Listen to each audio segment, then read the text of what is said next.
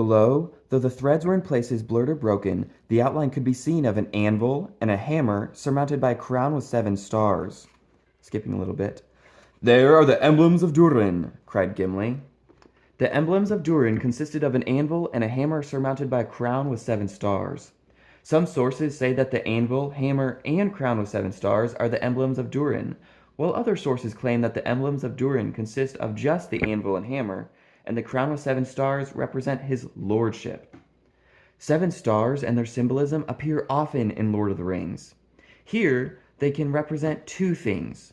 Tolkien does say that they represent the Valakirka here, but they most likely also represent the crown of Durin. The Valakirka is a Quenya word, and is for the sickle of the Valar. Peering out, Frodo saw that the night was still clear. The sickle was swinging bright above the shoulders of Bree Hill. And we see an asterisk on the sickle, and we look down and the sickle is the hobbit's name for the plow or great bear. This is a cluster of 7 bright stars in what we call the Big Dipper in America or the plow in Britain. This is part of our constellation Ursa Major, the Great Bear. This cluster, according to the Silmarillion, was put there by the Valar Varda, also known as Elbereth, as a challenge to Melkor.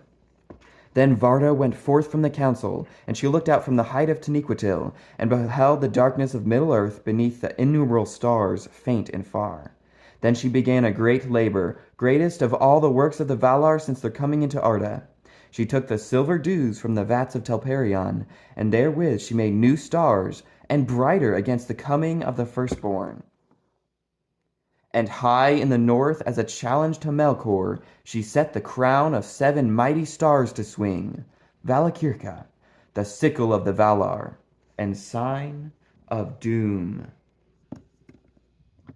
The crown of Durin can also be represented here in the emblems of Durin with these 7 stars. "These are not holes," said Gimli. "This is the great realm and city of the Dwerodwelf. And of old it was not darksome, but full of light and splendor, as is still remembered in our songs." He rose, and standing in the dark, began to chant in a deep voice, while the echoes ran away into the roof. "The world was young, the mountains green, no stain yet on the moon was seen.